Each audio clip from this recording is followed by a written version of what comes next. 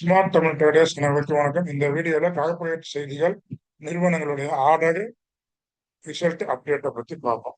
Kotak Mahindra bank ஆனது டச்சன் பேங்க்ல இந்திய சில்லறை வணிகத்தை 282 கோடிக்கு கையகப்படுத்தி இருக்கு. இந்த ஒப்பந்தம் மூலம் சுமார் 1.5 லட்சம் வாடிக்கையாளர்களின் குறிப்பிட்ட அளவு டெபாசிட் மற்றும் கடன் கணக்குகளையும் கோடாக் வங்கியானது பெறுகிறது. இது ஒரு பாசிட்டிவாக பார்க்கப்படுகிறது. அதே நேரத்தில் டிக்சன் டெக்னாலஜி ஆனது விவோ நிறுவனத்துடன் கூட்டு முயற்சிக்கு இந்திய அரசானது ஒப்புதல் அளித்துள்ளதுங்க. இது டிக்சன் டெக்னாலஜிக்கு வருவாய் வளர்ச்சி கொடுக்கும். 2 நாளைக்கு முன்னாடி ஆம்பர் என்டர்பிரைசஸ் ஓப்போ நிறுவனத்துடன் ஒரு கூட்டு முயற்சி பண்ணியிருக்காங்க. அதை பத்தி பார்த்தோம்.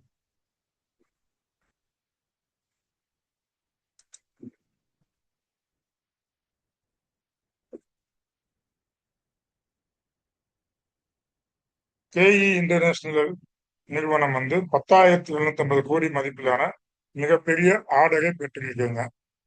அதை transfer and rectifier company power கிரிடம் இருந்து 1000 கோடி மதிப்பிலான ஆர்டரை பெற்றிருக்கு. இது ஒரு பாசிட்டிவா இருந்தாலும் இந்த நிறுவனமானது கேபிஐடி டெக்னாலஜி நல்ல ஒரு பிரேக் அவுட்டாக வாய்ப்பு இருக்கு. அதை நீங்க வச்சுக்கோங்க. Transfer and rectifier KPIL. இதே நேரத்தில் டபிள்யூ எனர்ஜி நிறுவனம் 236.22 மெகாவாட் சோலார் மாடல் விநியோகத்திற்கான புதிய ஒப்பந்தத்தை பெற்றுள்ளது. W energy. ஜேஎஸ்டபிள்யூ டெக்ஸ் நிறுவனம் ஒரு பங்கிற்கு 50 ரூபாய் இறுதித்தொகை ஈவுத்தொகைக்கு டிவிடெண்ட் கொடுத்துருக்கு.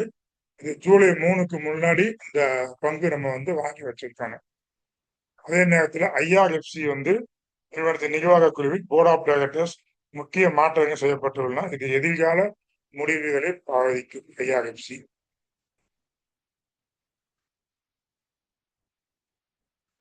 கேபிஐடி டெக்னாலஜி அடுத்த நிதியாண்டு கோட்டர் 2027 வருவாய் எதிர்பார்ப்பு குறைவாகவே வருவாய் குறைவாகவே இருக்கும். எதிர்பார்ப்பு போனட்டி கொடுத்துருப்பாங்க. அந்த எதிர்பார்ப்பு வருவாயை விட குறைவாக இருக்கும் என்று நிறுவனம் அறிவித்துள்ளது. இதனால் முதலீட்டாளர்கள் கவனமாக இந்த நிறுவனத்துல பார்த்துக்கோங்க, வாட்ச் பண்ணி பார்த்துக்கோங்க. கேட்டுக்கோங்க. KPIT technology.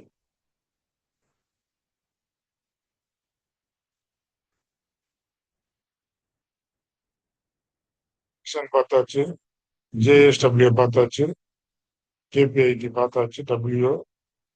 Airtel energy பாகாஸ் defence மின்சார வாகனங்கள் இவி பாதுகாப்பு துறையில் அதிகரித்து வரும் தேவை காரணமாக இந்த நிறுவனங்கள் நீண்டகால நோக்கில் முக்கிய கவனத்தை பெற்றிருக்காங்க. அதாவது ஏர்டெல் எனர்ஜி, பாகாஸ் டிஃபென்ஸ், இந்த ஸ்டாக் எல்லாமே இவி மற்றும் பாதுகாப்பு துறை தேவையினால இந்த 2 நிறுவனங்களையும் நீண்டகால நோக்கில நீங்க பார்த்து பண்ணிக்கலாம். என்ஹெச்பிசி ஒரு பிரேக் அவுட் நிலையில இருக்கு. இந்த ஸ்டாக்ஸை நீங்க ஆர்டிஸ்ட்ல வச்சு பார்த்துக்கோங்க. அதே நேரத்துல புரோக்கரேஜ் நிறுவனங்கள் மாருதி சுசுக்கிக்கு ஜெப்ரிஸ் பைல் ரேட்டிங் கொடுத்துருக்காங்க. 16,500 என்ற இலக்கு வச்சிருக்காங்க. அதே போல இந்த பர்மல் பைனான்ஸ் இலக்குக்கு 2,240 வச்சிருக்காங்க. மீஷோக்கு 225 ரூபாய் இலக்கு வச்சிருக்காங்க.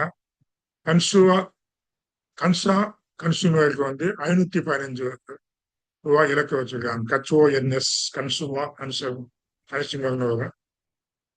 பேங்க் ஆஃப் மகாராஷ்டிராவுக்கு 97 ரூபாய் இலக்கு வச்சிருக்காங்க. கிளாண்ட் பார்மாக்கு 500 ரூபாய் இலக்கு வச்சிருக்காங்க. மொத்தத்துல நிறுவன காலாண்டு முடிவுகள், புதிய ஆர்டர்கள் மற்றும் புரோக்கரேஜ் ஆக்டின்படியில் நாளைய சந்தை நகர்வுகள் அமையும் என்று எதிர்பார்க்கப்படுகிறது. ஜூன் 30ஆம் தேதி சந்தை நிலவரப்படி என்ஹெச்பிசி ஒரு பிரேக் அவுட் நிலையில இருக்கு. மொத்தத்துல நிறுவனங்களுக்கு காலாண்டு முடிவுகள், புதிய ஆர்டர்கள் எல்லாம் வருது. அதெல்லாம் பார்த்துக்கிட்டு நீங்க முதலீடு பண்ணிக்கோங்க. இது எதுவுமே பை செல்லு ரெக்கமெண்ட் கிடையாது. நிறுவனங்களுடைய ஆர்டர், அவர்களுடைய இதை பத்தி தான் நம்ம பார்க்கிறோம். பங்குச்சந்தை முதலீடு அபாயத்துக்கு உட்பட்டவை. முதலீடு செய்வதற்கு முன் உங்க சொந்த ஆய்வை மேற்கொள்ளுங்கள். இது கல்வி நோக்கத்திற்காக மட்டுமே. புரோக்கரேஜ் டார்கெட் கொடுத்துருக்காங்கன்னு சொல்லி பிளேண்டாவும் வாங்காதீங்க. நம்ம டெக்னிக்கலா பிரேக் அவுட் ஆகுதுன்னு சொல்லிட்டு அதையும் வாங்காதீங்க.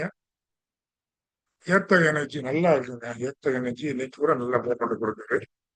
இதை கூட நீங்க சுங்குக்கு போக்கஸ் பண்ணலாம். ஏத்த எனர்ஜியும் போக்கஸ் பண்ணலாம், ஏத்த இன்ட்ரெஸ்டையும் போக்கஸ் பண்ணிக்கலாம். அதே நேரத்தில் கேபிஐஎல் லிமிடெடும் ரீடெஸ்ட் எடுத்து மேல போற மாதிரி இருக்கு. அதனால அந்த ஸ்டாக்கையும் நீங்க வாட்ச் லிஸ்ட்ல வச்சுக்கோங்க.